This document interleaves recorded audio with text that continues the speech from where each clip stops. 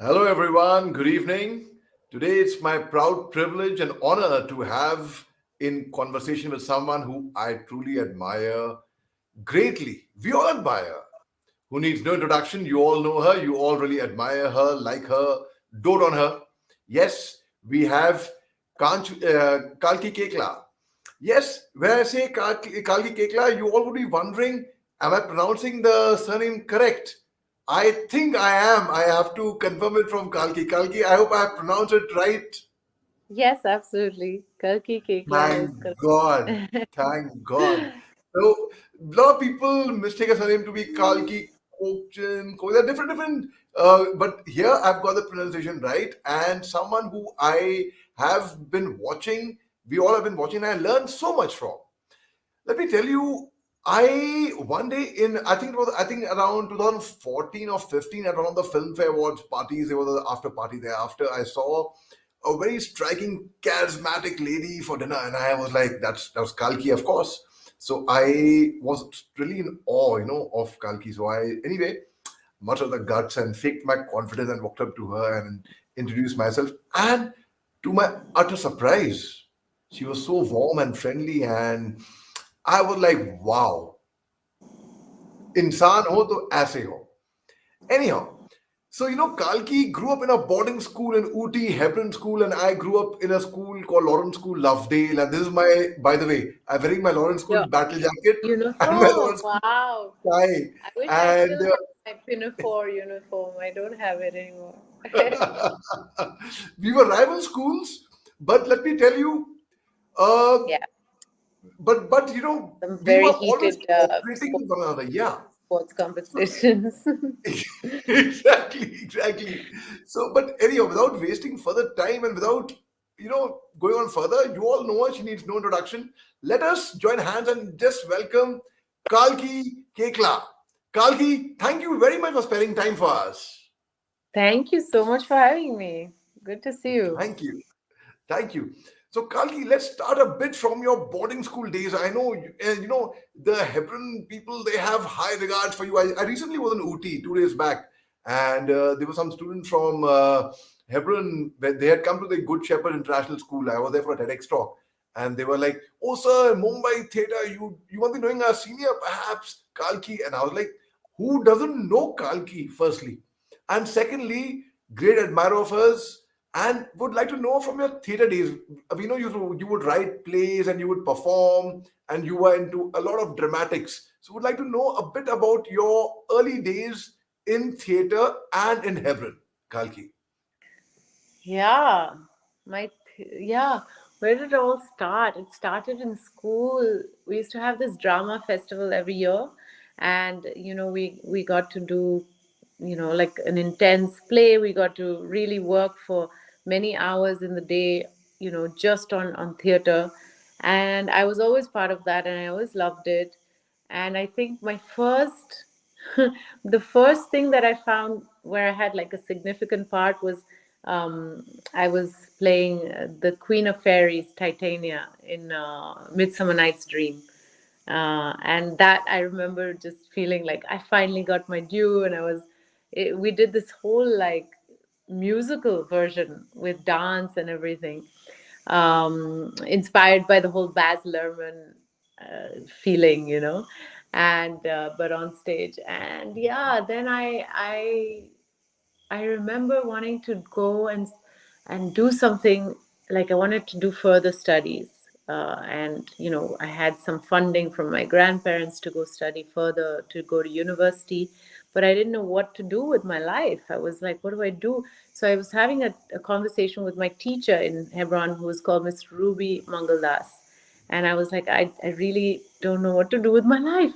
And she was like, oh, why don't you do drama? It comes to you so naturally. I was like, drama? Can I do that seriously as a subject? And she was like, yes, there are many universities which will teach you. And I was like, oh yes, you mean I can do something that I actually love and I find fun for the next 3 years? She's like, yes. So she helped me zone in on some of the drama schools, and that's how I ended up studying drama in London, going to Goldsmiths and getting yeah, I was there for 3 years. And then I continued to work there and do theater there. And the writing started there, actually. In university, we part of the course was writing for script for theater. So I started writing. I think I'd written a short piece there. I'd done an adaptation of The Little Prince, which I Oh, directed wow. there, and I also did like a small, like a story about like an India. It came from where I was born. Not born, sorry, where I grew up near Uti in Kallati. It's a small village which is in the Nilgiris, and it came from there. The story. So yeah, I started developing stuff there, and yeah, did then wrote Skeleton Woman with a co-actor of mine, Prashant Prakash, and then wrote The Living Room, and yeah, I've been doing less writing, but continuing to produce theater and doing shows under our production, little productions. Right. Ruby ma'am was there even in our time, and she was looking after the theater in Hebron, and I've met Ruby ma'am, and in fact, you convey my regards to her for sure. In fact, so much to the extent that I went back to Lovedale. In fact, when I met you, I had just returned from Lovedale at that time. I had directed the Founders Play at Lovedale, Fiddle on the Roof, and we Wow. had performed the play at Lovedale on a zero budget. Not that the school didn't give me a budget; they gave me a huge budget. They said you have a free leeway, but I wanted to experiment. So there was this lady. She was, I don't know if you know her, Louis Abbott. She was a theater teacher at Hebron that time in 2014-15. Huh. No, I didn't know. So so Lewis and I became good friends, and then I tied up with Lewis. I said, Lewis would like to borrow your costume and your set because they had done Fiddle on the Roof sometime back, and they had done a very good job. And this time they were doing the Sound of Music. And ladies and gentlemen, for your kind information, the theater at Hebron School, it is world class. We all know of Theatre of Krodimal College in Delhi, Theatre of NSD, of course. I mean that is but Theatre of Hebron School, I haven't seen such good theater, professional theater anywhere in my life. So Lewis helped us with the costumes and the sets, and we performed Fiddle on the Roof, and we invited the Hebrons to our school. We did a show especially for them, and they invited us for Sound of Music as well. So tell us what more in your basic about the craft in your formative years as an actor. What all did you learn from Ruby ma'am? Would like to know because since the moment you mentioned Ruby ma'am, I instantly connected with that, Kalki. I mean, I think so. Ruby ma'am was, you're calling, make me call her Ruby ma'am, but I called her Miss Mangalas. Miss Mangalas was someone who was actually our counselor. So she, we could really like confide things in her. She, we could tell her all our problems, most of our problems, and she's just somebody who's very warm and understanding. In terms of theater, though, she wasn't teaching us theater. That was through many other teachers that we had in school. Mrs. Dodds was one of them, my English teacher. um, Mr. Stevenson when I was younger. I don't remember all the names, but there were quite a few teachers, and I think more than anything, it just taught me like playfulness, and the idea that nothing, that creativity doesn't, I mean, it should have a structure, but then it needs to keep moving and changing. And so even if things went wrong on stage, we would have to improvise. We'd have to do things, and I think that's the best part about theater, that you just learn to be fluid. Right. And then you went to the to London to the Goldsmith University and you were there for 3 years. And you tell us what regarding your craft. What did you learn more there? I mean, which will help you as an actress as well. I think, firstly, I had a great exposure when I went to London. We were watching a lot of theater as part of our curriculum. And I remember going to see Pina Bausch, Robert Lepage, Complicité, some of these most, Peter Brook. I mean, I just got to see the most incredible theater at the Barbican and everything. And I just realized, oh my God, this is it. This is just a whole, there's just so much going on, and there's so many different ways to do it, and it doesn't have to be that you have to be this kind of actor, like a method actor, or you have to be that kind of actor. We did learn some Lecoq movement stuff. We learned a lot about Ariane Mushkin's theater. We learned Stanislavski. But I found that I had this range, and I didn't have to stick to one of them.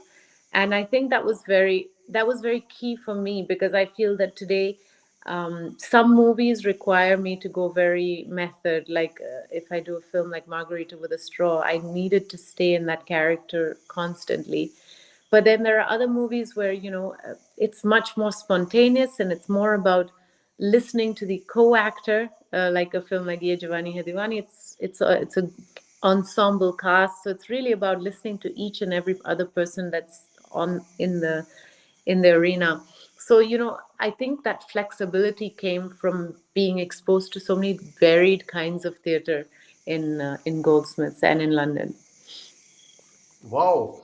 There's so much to converse with you. You mentioned about Peter Brook, you mentioned about Stanislavski. In fact, I just a few days back, a couple of days back, I was in conversation with Lucian Dubé on theater. And the moment she mentioned Stanislavski, and our conversation would not stop. We went on about Stanislavski, we went on about, then we spoke about Meisner, we spoke about a whole lot of things. And in fact, about the techniques and the craft. Whenever two passionate actors they meet, oh God, Yeah. I mean, they can just go on the entire day, entire night on the craft. Okay, now I would like to know one of your ancestors. Very few people know of this. Was instrumental in shaping, in engineering the Eiffel Tower in Paris, right? Yes, yes, And yes. He was and actually the chief unfortunately, engineer, yeah. that's right. That's right. So tell us a bit about, before that, I want to greet you first by saying Bonjour, comment allez-vous? And, Kalki, I got to share this with you. I got to share this with you. In 2008, what happened? I had just finished my short service commission from the army, and there was a theater group going to Paris to perform, and I was to go along with them. So the director of the play, just before he would introduce the play, he forgot how do I say ladies and gentlemen in French. So the script is similar, like Bonjour, Bonjour. So what a bright idea struck him. He goes rushing towards the washroom, and there is kings and queens, ladies and gents, right? So he learns that in English. Okay, okay. Now he comes back on stage and says, Bonjour, comment allez-vous? Good evening, ladies' toilets and gents' toilets. Wow. Amazing, amazing. All right, Yeah. Kalki. So after that, so tell us about your ancestor who designed the Eiffel Tower. Whatever bit you know about Yeah, I mean, I know nothing about it. I keep going to the Eiffel Tower and being like, why don't you guys give me a discount at least? that. But yeah, of course, I have my genealogy book. My father's got this book which has like all our genealogy from that family. So I can trace it and find Maurice Quechlin, who was this chief engineer. But honestly, obviously, I didn't know him. It was before my time. And because my parents moved to India, we didn't really stay in close touch with all my cousins and grandparents and things like that. So it was once in a while we got to see them in the holidays, but that's it. Yeah. Kalki, and one thing I truly admire about you is, when you are working, for you, work is work. There is no work, chota ya bada kaam nahi hai. Kaam hai. So you have, in fact, a lot of people know you as that you had debuted in 2009 with Dave D. But I know for a fact that that was not your debut. You had done short films much earlier. In fact, 2007, you did your first feature film where you played a small role, a small cameo.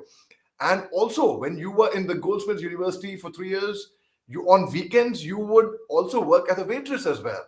So Yeah. work today, you're a huge star. You are people look up to you as an icon.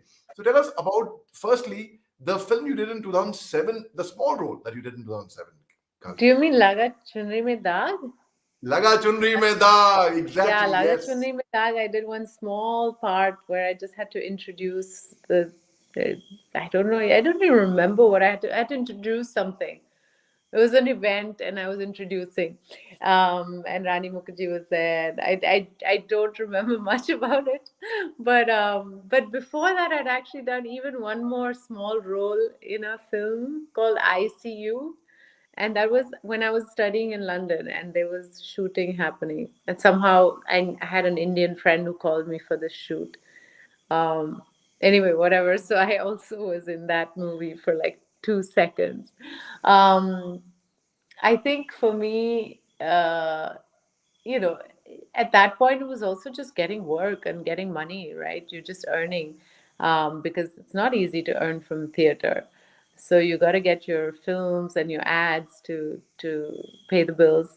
But I do remember struggling in London with everything. I mean, I had to financially take care of myself while I was studying for 3 years. So I was, yeah, waitressing. On the weekends, I was doing double shifts, 12-hour shifts at Cafe Rouge, which is a fancy cafe in Greenwich Village, which is in Greenwich is like a very touristy area. um, and I did several other jobs. I worked in a cinema as well, which was a very interesting place because it was on Haymarket, and it became the cinema where one of my films premiered. Margarita with a Straw, I think it was, premiered in that same cinema years later, where I was first serving popcorn. So it was a real sort of full circle. But I remember struggling in London. It was cold. Culturally, I was like, I felt very alienated. Everything was super expensive. It was a hard time, but when I look back at it, it was also so grounding, and it just made me realize that I can manage completely on my own if I need to, and I'm not completely. It didn't make me sort of, you know, I don't know, in a hurry. I was doing this for the long term. I was doing acting for the long term. It didn't matter if I got success today or if I got it in 20 years or not at all. It's just the love of what I do. I love that. I love what you said just now. And Margarita with a Straw, you got a national award for that, and your performance is remarkable in that. So tell me, when you got the national award, how was the feeling? I'm sure many people must have asked you this. Oh, tell me, how did you feel when you won the national award and such thing? But without sounding cliche, but the very fact that winning a national award is something quite something, and you had already won a Filmfare Award for Dave D. You were nominated for that. You had already won screen awards and other awards, many various other awards, but just naming a few. So that time, how did you actually feel when you got the national award in your hand? I was very thrilled. I remember getting the news when I was doing a documentary film with Sabia Sumer, this Pakistani director. We were in Britannia's South in South Bombay. The Britannia's restaurant is a very famous Parsi restaurant, and we were having my favorite dish there, which is mutton berry palau. And suddenly I got the news that I've got this national award, that I've got to go to Delhi. And my first reaction was like, oh, I am recognized as an Indian. Because I always feel like I have to explain the fact that I was born here, that I'm from here, even though I'm French origin, and etc. etc. So I felt very like, first time I felt this nationalistic kind of pride. And then, of course, when I went to Delhi, it was a very grand affair, and it was thrilling to get the award, and from our president. And yeah, I can't complain. It was a good moment. Shunali Bose, who directed Margaret of the Straw, incidentally, is from not Lawrence School Lovedale, but Lawrence School Sanar, a sister concern. So when I met Shunali, I was like, never given. That's a school motto. And that is how, I connected with her and such things. And of course, and tell us about you have worked with Zoya Akhtar. In fact, you Zindagi Na Mili Dobara, which is an iconic film, in fact. Iconic. It was really good. I would like to particularly, there are so many films, but I would particularly like to know about your experience on Zindagi Now Milegi Dobara. And very interestingly, you have done two films with Nasir Saab, with Mr. Nasiruddin Shah. Yes, one is The Girl in the Yellow Boots, and there's another film, maybe in Zindagi Na Milegi Dobara, maybe your scenes may not have been together, maybe you may not have worked together, but the very fact both of you were part of a film together. So I would like to Yeah. know about your experience on that, Kalki. Also, I worked with Nasir on Waiting, which is, Waiting, of yeah. course. Oh, I must tell So, this to you. I must tell this to yeah. you. When I was sharing the YouTube link in my groups, so my friends wrote, "Oh, you're going to be in conversation with Kalki, waiting in inverted commas, waiting for 9:30 p.m. Waiting." Yes, Sweet. Yeah. Yeah, what can I say? I'm happy that I got to work with him. And I find him absolutely incredible and engaging and so present in everything that he does. And I remember when I worked with him first in Yellow Boots, I was highly intimidated. And I actually blanked out and forgot all my lines. And it was terrible. I was shaking and I was going back to Anurag and saying, I don't think I can do it and all of this. And then, when we got to Waiting, I had been a little more, had had more experience, and I really enjoyed doing that film with him. I really enjoyed, discussing things and prepping and just doing the little readings in between, whatever, even within the chaotic moments while lights are being set up, just saying the lines to each other. And no moment is wasted, he's just there. A lot of us, we just do the rehearsals as like, oh, acha lines yaad karenge, so we'll do the rehearsals for the lines. But somehow with Nasir, I feel like even when he's just rehearsing lines, he's rehearsing the other stuff. He's really just he's just there. He's there. He's paying attention. And that was just very great to watch and also to learn from. absolutely, Kalki.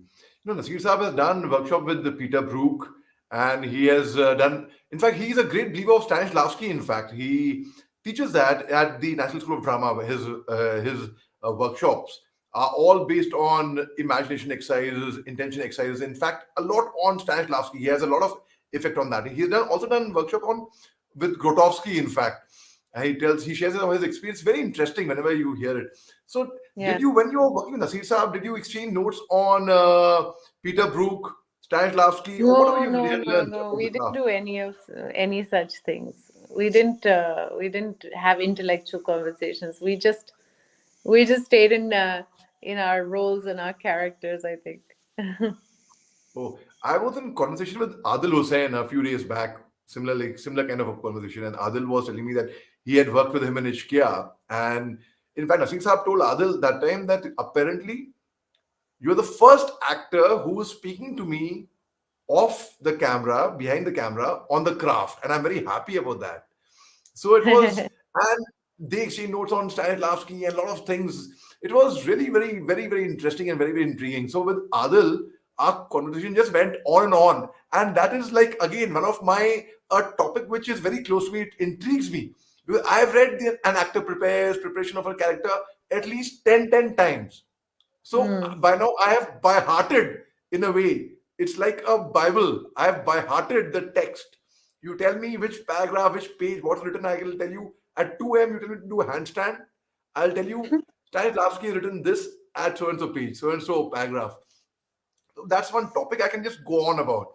So tell us about thereafter Margarita the Straw happened, and then in fact you ventured into OTT also very, and you did so well. In fact, you are a trendsetter, I would say. Following you, a lot of actors, not just actresses, actors and actors. Like I'm not specifying any gender. They followed. They got inspired. Okay, what Kalki is doing, we must also do this. So tell us your experience with the OTT because you've done films, you've done a lot of theater, you've done OTT. So tell us about your venture into OTT, Kalki. OTT, yeah. I mean, I just think it's the natural way that things have gone. I mean, I don't know if it's natural, but it's just the way things are going, right? I think OTT platforms are the thing. Everybody's watching content on their phones. And I've never been strict about like which content, which form I'm using, whether it's theater or film or OTT or even podcasts or writing, or there's so many different ways to kind of express your art. And I feel that as an actor, as a performer, the idea is to express it, to put the expression out. So whatever medium comes and whatever medium is most conducive, and it can depend on the text. It can depend on some texts you can only do on stage or you can only do on cinema. So yeah, it's for me. It's nice. It's nice to have so many different options. And OTT, yeah, I've been enjoying it. It's giving us more work for sure. Very nice, very nice. In fact, we in one of the in Mumbai, you're a very active, you are a very respected activist as well. And one of the marches in Mumbai where Vikrant Mase, you, I, we were together. I'm kind of, I wonder if you have, because you must have gone for various such marches, and it was raining in Mumbai. It was pouring, and people had raincoats and umbrellas, and you were there braving it out, wearing a pink dress completely, and you were like, it's okay, yeah, it's okay, I don't need the raincoat, I don't need the umbrella. And I was like, wow, Kalki is doing that. Me being an army officer, ex-army officer, I felt bhai fauji aadmi hai, but if Kalki is doing that, so hum bhi kar lenge, so.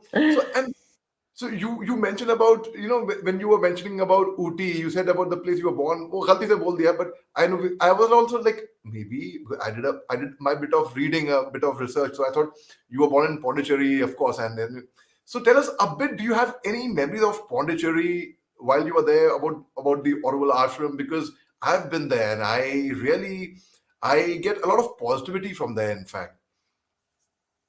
Yeah, yeah. I mean, I was born there.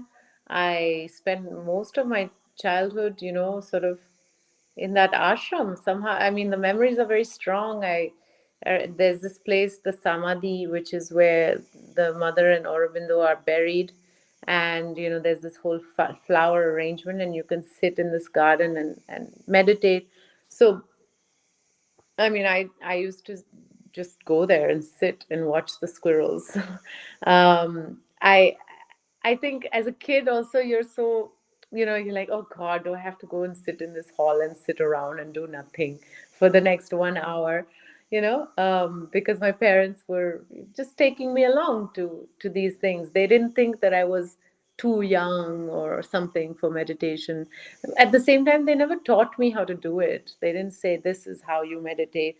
You just go there and see what it brings you. And I think that just gave me value for silence, and that your inner world builds when you have silence. When you quieten your outer world, then you start looking inwards, and then that's how things come from inside, and you create. So for that, I'm definitely grateful. And yeah, it was a good place to grow up mostly. Lovely, lovely. And Kalki, also, I would like to know that, when you had auditioned for Dev D, initially Anurag Kashyap had said, no, no, no, she's a fair, white skinned actress, and he had rejected you initially. But then when he saw your audition reel, he was bowled over. He's like, wait, wow, amazing. And that is how. So tell us, when you felt, when you were rejected initially, and you had done a few small, like Laga Chunri Mein Daag in 2007, and you had done small work earlier, and here you had auditioned for something. When you got rejected without someone having seen your audition, it must have really hurt you at that time. That भाई audition भी Actually, नहीं देखा कैसे बना ये it didn't hurt me because I didn't know I was rejected. I found out much later, All right. thankfully. I found out much later that he had done this, that he had seen my portfolio, which was all this like very modelly, like bikini photos and all. And he said, no, no, no, I don't want this, model types. I want a real actor. I don't want a foreigner, blah, blah, blah. Then I didn't know about that. I went to the audition thinking I'm not going to get this because it's in Hindi and my Hindi sucked really bad, like even worse than it is now. It was very bad. So I said, I can't do this, guys. My Hindi is really bad. I don't think I can say these lines. So they said, okay, take the script in English and do it in English, no problem. So I did the audition in English and I left thinking there's no You chance mean for you me to mean get this. Roman And Hindi or English? English, English. English. Okay, okay, I all right. did the words, the lines in English only. And they said, oh, we really, that's when Anurag like had seen that audition and had said we really like it, and do you think you can learn Hindi in the next 2 months? We'll give you a tutor. So I said yes, yes. Obviously I'll say yes. And yeah, and then I had Karan Makija, who's also in theater, who happened to be my neighbor, and he taught me Hindi for 2 months. And we had an exchange program. I taught him how to get fit. I used to take him jogging on Carter Road, and he used to teach me Hindi. Wow. You know, you have done a lot of Shakespeare production as well. Like, for example, you Lady Macbeth. In fact, you've done Hamlet, the Crown Prince with Rajat Kapoor. In fact, Yeah, so when you have done Shakespeare on stage, yeah, and has it ever happened that because Vishal Bhardwaj specializes in doing adaptation on Shakespeare? I remember yeah. working with him for Sorry, Heather. I'm killing mosquitoes. But Huh? that's okay, that's okay. मैं ये कहूंगा उस मच्छर की भी क्या किस्मत थी कि भाई वो काल्की के हाथों मरा भैया. Hi, hi. All right.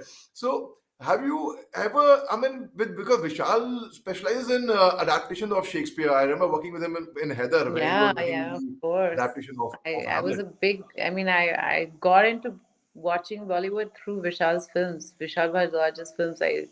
Omkara and Makbul and all. I just loved it, loved his work.